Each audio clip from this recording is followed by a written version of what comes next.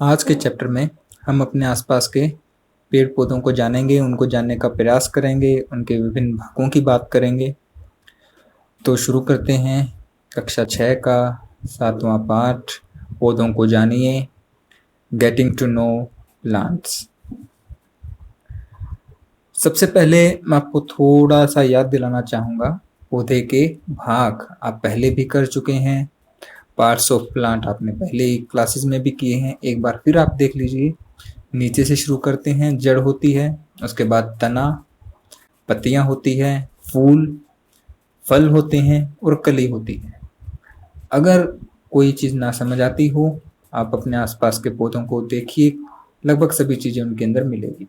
हो सकता है फल ना मिले, कली ना मिले या फूल ना मिले, बाकी तीनों चीज़ें जड़, तना और पत्ते तो हर एक पौधे के अंदर होती है। तो आइए अब आगे शुरू करते हैं। अब आपका कार्य है अवलोकन का, क्योंकि मैंने पहले भी बताया था साइंस जो है ऑब्जर्वेशन, क्या, क्यों, कैसे, इन सब प्रश्नों का उत्तर है। तो आप ऑब्जर्व कीजिए अपने आसपास के पेड़ पौधों को, पौधों की ऊंचाई देखिए कि आपको किस किस ऊंचाई के पौधे दिखाई दे रहे हैं, पौधों की चौड़ाई देखिए, पत्तों का रंग देखिए, फल देखिए उसके ऊपर है या नहीं, अगर फूल है तो कैसे फूल है। इन सभी बातों का अवलोकन करना है, कोई एक आधे पौधे का नहीं, बहुत सारे पौधों का। जब हम स्कूल आएंगे, अपने विद्यालय के अंदर बहुत सारे पौधे हैं, हम देखेंगे सबको, आपके आसपास भी होंगे। अभी देखिए, आप एक बार छत पर जाकर देखेंगे तो भी आप बहुत सारे पौधे देख पाएंगे। तो आपको देखना है, क्योंकि जब तक आप पौधों को नहीं देखेंगे, आपको ये जो लेसन है, इसके पीछे के जो विज्ञान है, वो आप नहीं समझ पाएंगे। तो आप कीजिए, इसके बाद एक सारणी है जो आपको भरनी होगी। आइए कुछ लिखते हैं, थोड़ा सा वर्क करते हैं। आपने जो भी पौधे देखे, उन पौधों के नाम लिखने हैं। अगर आपको नाम नहीं पता है, कोई बात नहीं, आप लिख लीजिए कि पौधा 1, पौधा 2, लेकिन आपको याद रखना है कि वो पौधा कौन सा था, क्योंकि जब आप विद्यालय आएंगे तो हम देखेंगे कि उस पौधे का क्या नाम है। उसके बाद उस पौधे की ऊंचाई, ऊंचाई आप कैसे मापेंगे? आपकी ऊंचाई से। आप देखेंगे कि वो आपसे बड़ा है, आपसे छोटा है, आपके बराबर है या आपसे बहुत ज्यादा बड़ा है। तो इस तरह लिखना है, आपसे छोटा है तो आपसे छोटा, आपके बराबर है तो मेरे बराबर, आपसे थोड़ा बड़ा है तो थोड़ा लंबा, और आपसे बहुत ज्यादा लंबा है तो बहुत ज्यादा लंबा। फिर उसका तना देखना है, क्या वो हरा रंग का है? उसको थोड़ा सा मोड़ कर देखिए, क्या वो आराम से मुड़ जाता है, तो मतलब कोमल भी है। उसके बाद क्या वो मोटा है, कठोर है, ये सब बातें लिखनी है। उसके अंदर हाँ लिखना है। जैसे टमाटर है, टमाटर आपसे छोटा होता है, आपने लिख दिया मुझसे छोटा, उसका तना भी हरा है, कोमल भी है, ना तो वो मोटा है ना वो कठोर है। उसके बाद शाखाएं यानी कि टहनियां, ब्रांचेज जो हैं, वो कहाँ से निकलती है? तने के आधार से। तने का आधार होता है बिल्कुल मिट्टी के पास। क्या मिट्टी के पास से शाखाएं निकलती है या काफी ऊपर जाकर शाखाएं निकलती हैं? टहनियां जो देखनी है, फिर आपको इसमें हाँ लिखना है।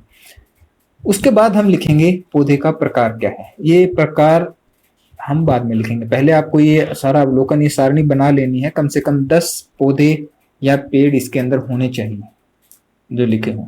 उसके बाद हम देखेंगे कि वो पौधा किस प्रकार का है। आइए जानते हैं किस प्रकार के पौधे होते हैं।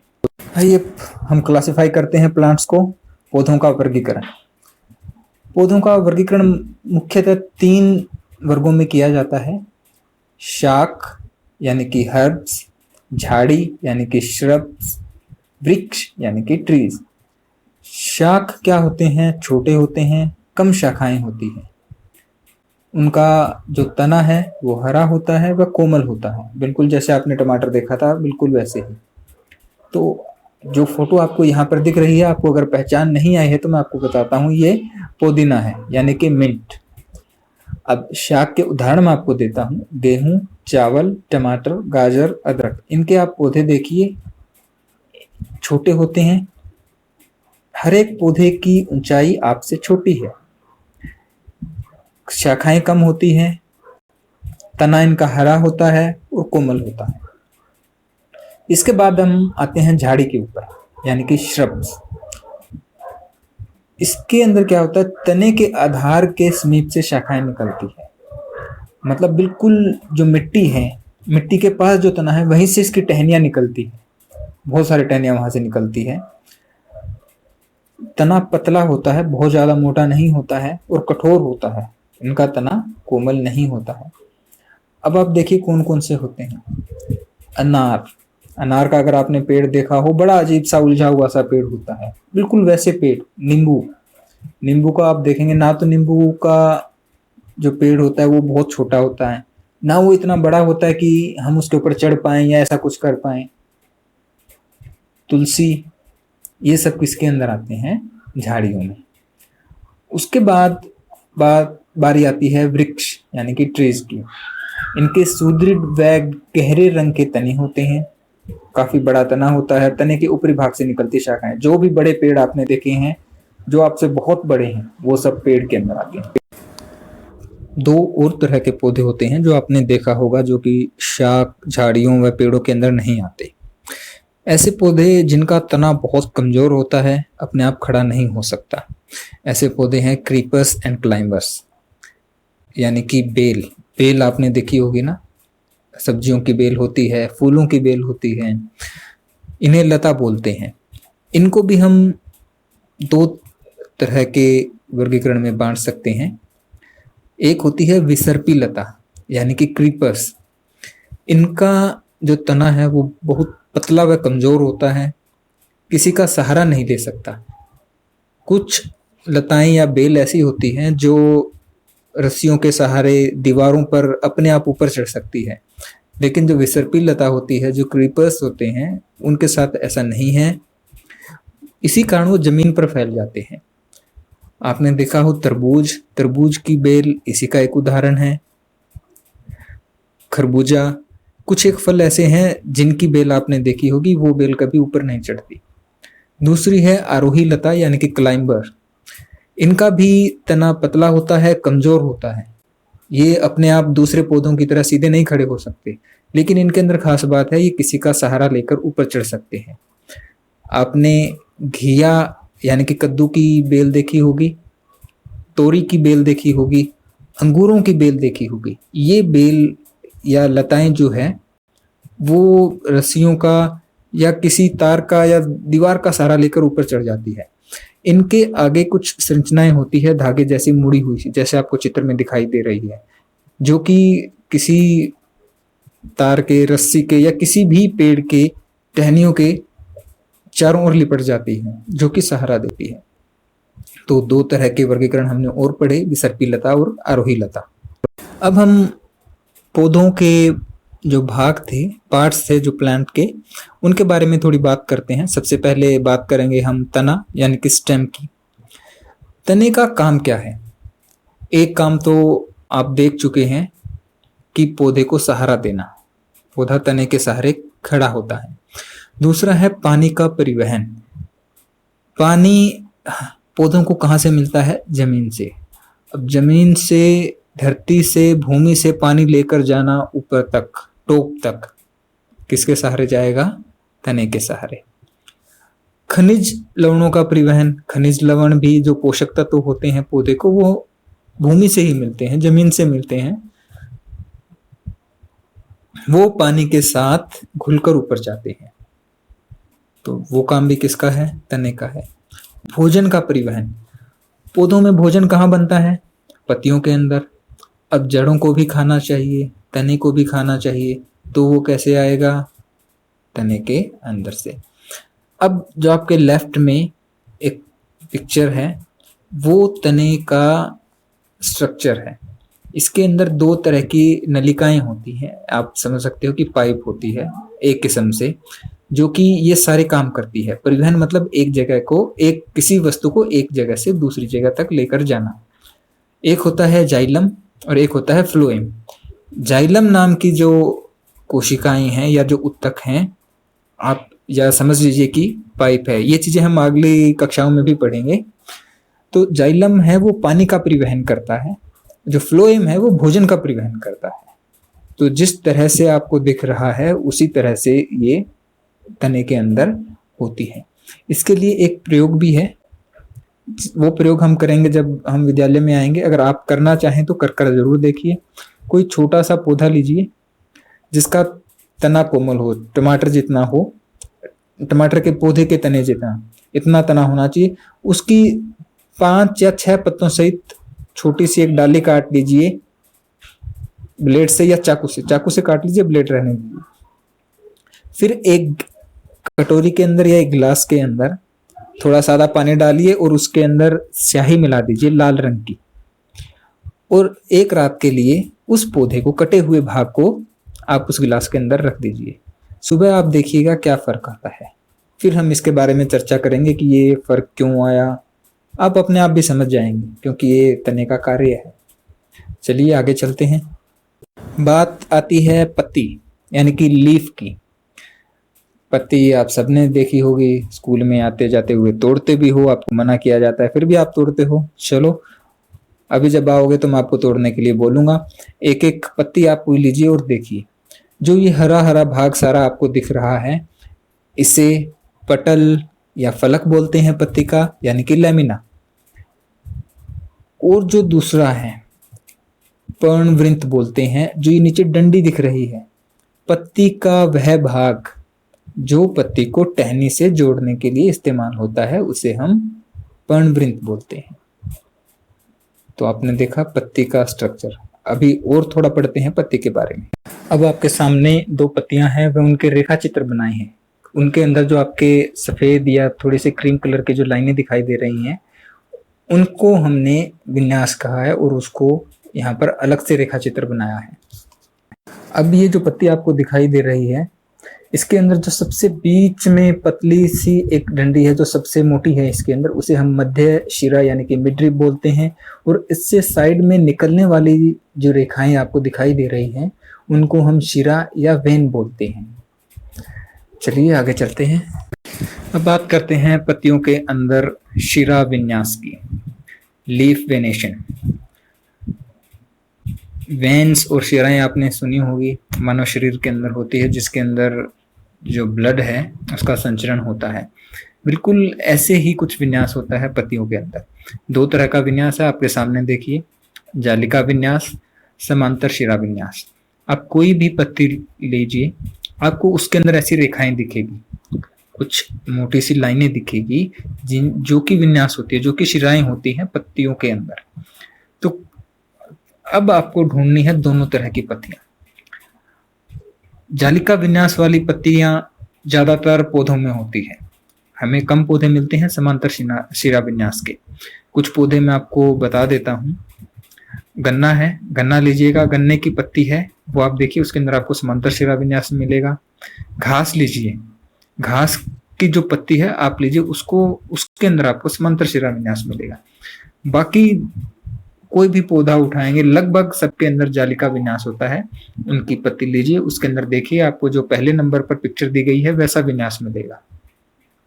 तो आपको ढूंढना है कि कौन कौन से पौधे हैं जिनके अंदर समांतर शिरा विन्यास होता है, क्योंकि जब हम जड़ें पढ़ेंगे तो ये विन्यास हम एक बार फिर इस विन्यास की बात करेंगे। आइए आगे चलते हैं और पढ़ते हैं पत्तियों का कार्य।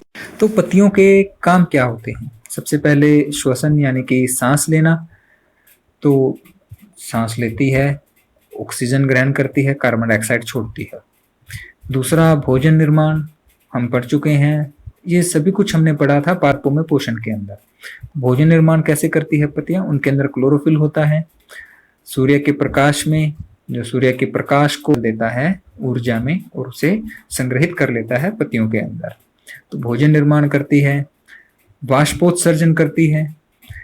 इसी वाष्पोत्सर्जन के कारण सभी पौधे के भागों को पानी मिल पाता है। तो ये सारे काम हैं पत्तियों के। अब हम अगले अंग पर चलते हैं, जड़। जड़ यानी कि रूट्स हमें बहुत कम दिखाई देती है, क्योंकि वो जमीन के नीचे होती है। जब तक आप कोई पौधा नहीं फाड़ेंगे, आपको नहीं पता चलेगा कि इसकी जड़ कैसी है। एक पौधा होता है बरगद, जिसकी आपने जड़ें बाहर भी देखी होंगी। उससे जो नीचे लटकती हुई बेल सी जैसी कुछ लताएं होती हैं, वो उसकी जड़ होती है। आओ अब हम जाने कि जड़ों का काम क्या है। सबसे पहले जल, पानी। पानी जमीन से मिलता है, जड़ें पानी का अवशोषण करती हैं और सभी पौधे के भागों तक पहुंचाती हैं। उसके बाद पोषक तत्व। पोषक तत्व भी पौधों को भूमि से मिलते हैं। और पोषक तत्व क्या होते हैं? पानी के अंदर मिलकर, घुलकर पौधे के सभी भागों तक पहुंचते हैं। तो ये काम भी किसका हुआ? जड़ों का। तीसरा काम है स्थिरक, स्थिरक मतलब उनको स्थिर रखने वाला। तो पौधों को या पेड़ों को, वृक्षों को एक स्थान पर टिकाए रखना, उनको मजबूती देना किसका काम है? जड़ों का काम है। बिना जिसकी जड़ें कमजोर होती है उस पौधे को आप जल्दी से फाड़ सकते हैं, लेकिन एक ऐसा अमरूद का पौधा देखिए जो आपसे काफी बड़ा हो चुका है, आप उसको नहीं फाड़ पाएंगे क्योंकि उसकी जड़ें बहुत नीचे तक फैल चुकी होती है। तो जड़ें स्थिरक का काम भी करती है। तो थोड़ी सी जड़ की बात करते हैं। ऐसी जड़ जब आपने देखी होगी, जैसे कि आपको पिक्चर में दिखाई दे रही है, एक जो जड़ है वो मुख्य जड़ है, उसे हम मूसला जड़ या टैप रूट बोलते हैं। उस जड़ों में से कई अन्य जड़ें निकली हुई है जिन्हें कि पार्श्व जड़ या लेटरल रूट्स भी बोलते हैं। तो ये कुछ जड़ों के बारे में जो लगभग सभी पौधों में पाई जाती है। इसके बाद हम जड़ों के प्रकार करते हैं। तो जड़ें दो प्रकार की होती है। There are two types of roots. एक है मूसला जड़ और एक है रेशेदार या झकड़ा जड़। टैप रूट जो हमने अभी पढ़ी थी, जिसके अंदर एक मुख्य जड़ आती है, उस जड़ में से उसकी और जड़ें निकलती है, फिर उन जड़ों में से और जड़ें निकलती है, उसे हम टैप रूट या मूसला जड़ बोलते हैं। फाइबर्स रूट वो होती है जब सारी की सारी जड़ें एक ही जगह से निकल रही हैं अलग अलग, उसे हम रेशेदार या झकड़ा जड़ बोलते हैं। अब मैंने आपको कहा था कि जब हम जड़ें पढ़ेंगे तो पत्तों के बारे में बात करेंगे। जो पत्ते थे जिनका विन्यास था जालिका विन्यास, उन पत्तों वाले पौधों की जड़ें आपको मूसला जड़ मिलेगी। जैसे पत्तों का विन्यास होगा वैसे ही जड़ों का विन्यास होगा। दूसरी पत्तियां हमने देखी थी समानांतर सिरा विन्यास वाली, जिसके अंदर शिराएं कहीं मिल नहीं रही थी। तो जिन पौधों की वो पत्तियां हैं उनकी जड़ें रेशेदार या झकड़ा होगी। जो जड़ें आपस में नहीं मिलती है, सब एक जगह से ही निकलती है। अब आपको क्या करना है? घास का पौधा जड़ से उखाड़ना, देखना उसकी जड़ें कैसी हैं। ठीक है, ऐसे पौधे हम जब आप विद्यालय आएंगे तब देखेंगे कि जड़ों के बारे में। कोई और पौधा उखाड़ लो जिसकी पत्तियों का विन्यास जालिका विन्यास हो, उसकी जड़ें आपको मूसला जड़ मिलेगी। तो ये हुआ जड़ों के बारे में। अब हम पौधे के अगले भाग पर चलते हैं। पौधे का अगला भाग फूल। फूल तो बहुत प्यारे लगते हैं सबको, तो मैंने आपके लिए कुछ फूलों की तस्वीरें भी लगाई है। कोशिश करिए आप सबके नाम बता पाएं। चलिए, इसके बाद हम फूलों के भाग के बारे में जानते हैं कि फूल के कौन कौन से भाग होते हैं। अब पुष्प के मुख्य भाग। पुष्प आपको पता है ना, फूल को बोलते हैं फ्लावर। फ्लावर को हिंदी में पुष्प भी बोलते हैं। तो पुष्प के दो मुख्य भाग जो हमें बाहर से दिखाई देते हैं, एक है पंखुड़ियां यानी कि पेटल्स, और दूसरा है बाह्यदल यानी कि सेपल्स। जो कलरफुल चीजें हैं उनको हम पंखुड़ियां बोलते हैं। जो ऐसे पत्ते हैं फूल के अंदर जो रंगीन होते हैं और नीचे पत्तों जैसी संरचना हरे रंग की जो है, उसे हम बाह्यदल बोलते हैं। और फूल खिलने से पहले जितना भी ये फूल है, ये बाह्यदल के अंदर बंद होता है, जब ये कली होती है तब। तो ये पुष्प के मुख्य भाग हैं। आइए आगे चलते हैं। अब पुष्प के कुछ अंदरूनी भाग हैं, जैसे कि स्त्रीकेसर यानी कि पिस्टल और पुंकेसर यानी कि स्टेमन्स। ये पौधे के जनन में काम आते हैं। एक पौधे से जब नया पौधा बनता है, उसके जो बीज होते हैं, कुछ वैसी ही बात है। तो उन बीजों को बनाने के लिए जो भाग जरूरी होते हैं वो ये हैं स्त्रीकेसर या पुंकेसर। अब यहाँ पर देखिए, स्त्रीकेसर है वो बीच वाला जो एक डंडा आपको दिखाई दे रहा है, वो स्त्रीकेसर है, और उसके चारों ओर जो पंखुड़ियां से छोटे छोटे डंडे हैं, उससे थोड़े छोटे हैं, वो पुंकेसर है। तो फूल के अंदर स्त्रीकेसर एक है और पुंकेसर बहुत सारे होते हैं। इनके बारे में हम डिटेल में हर एक क्लास के अंदर पढ़ेंगे आगे। 7th, 8th, 9th, 10th हर एक क्लास के अंदर फूल के भाग आएंगे।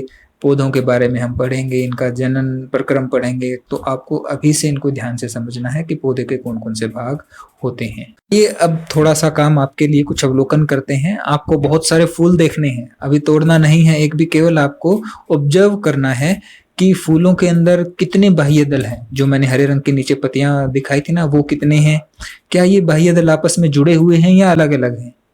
बाह्य दल और पंखुड़ियों का रंग क्या है, पंखुड़ियों की संख्या कितनी है, इन सब का आपको अवलोकन करना है और आगे एक सारणी आएगी उसके अंदर नोट करना है।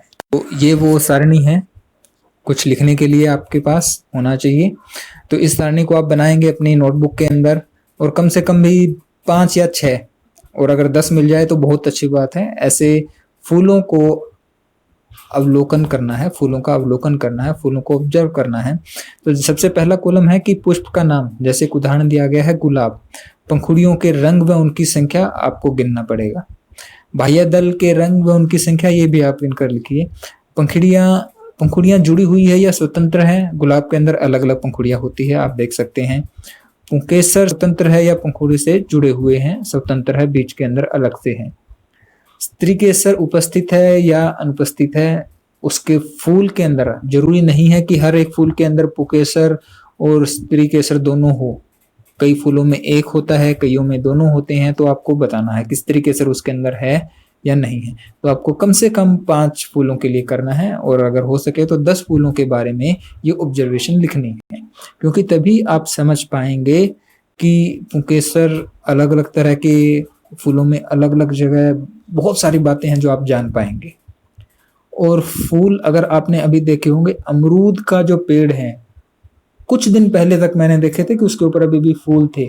कोई भी फल लगता है वो फल से पहले फूल बनता है, तो फूल आपको बहुत मिल जाएंगे। जरूरी नहीं है कि गुलाब गेंदा ऐसे ही फूल होते हैं। जो फल वाले पौधे हैं, जिसके आम लगते हैं, उनके ऊपर भी पहले फूल लगते हैं, उस फूल से बाद में वो फल बनता है। तो ढूंढिए और कीजिए। आइए आपको थोड़ा नजदीक से दिखाता हूं मैं पुंकेसर के भाग। इस फूल के अंदर देखिए, जो बीच में एक बड़ा सा आपको डंडा दिख रहा है वो स्त्री केसर है, और उसके बाहर चारों ओर 4 पुंकेसर है। पुंकेसर के ऊपर जो एक बीज जैसा आपको दिखाई दे रहा है वो है परागकोश यानी कि एंथर, और जो नीचे डंडी है जो कि बाह्य दल के पास से निकली है उसे हम बोलते हैं तंतु यानी कि फिलामेंट। तो ऐसे ही हम बात करते हैं स्त्री केसर के भागों की। देखिए स्त्री केसर जो सबसे नीचे है वो अंडाशय है, बीच में वर्तिका है, स्टाइल जिसे बोलते हैं, ऊपर है वर्तिकाग्र जिसे हम सिग्मा बोलते हैं। जो अंडाशय यानी कि ओवरी बोलते हैं, उसके अंदर बीजांड होता है जिसके अंदर बीज बनते हैं छोटे छोटे, और जब परागकोश आपस में मिलते हैं तो एक नया बीज जन्म लेता है जिसे कि हम नया पौधा उगा सकते हैं। तो आइए अब बात करते हैं अंडाशय के अंदर के भाग की। ये जो आपके सामने है ये अंडाशय की आंतरिक संरचना है यानी कि इनर स्ट्रक्चर ऑफ ओवरी। इसके अंदर बीजांड यानी कि ओव्यूल्स होते हैं। ये हमने काट कर दिखाया है इसको, साइड में से भी और बीच में से भी। आपके पास जो होगा तब आप उसको भी काट कर देख सकते हैं। कई फूलों में ये बड़े होते हैं, कई फूलों में बहुत छोटे होते हैं, तो आपको थोड़ा सा ध्यान से देखना पड़ेगा। तो हमने जाना पौधों के बारे में, ये सब बातें थी जो शुरू होती थी पौधे के भाग से, फिर हर एक भाग का काम क्या क्या है वो हमने पढ़ा, और फूल को थोड़ा सा ज़्यादा डिटेल में पढ़ा। तो धन्यवाद। इसके बाद आपको मूल्यांकन मिलेगा, आप उसे अपनी नोटबुक में नोट करेंगे। कोई प्रश्न या कोई चीज़ आपको नहीं समझ आती है आप मुझसे पूछिएगा।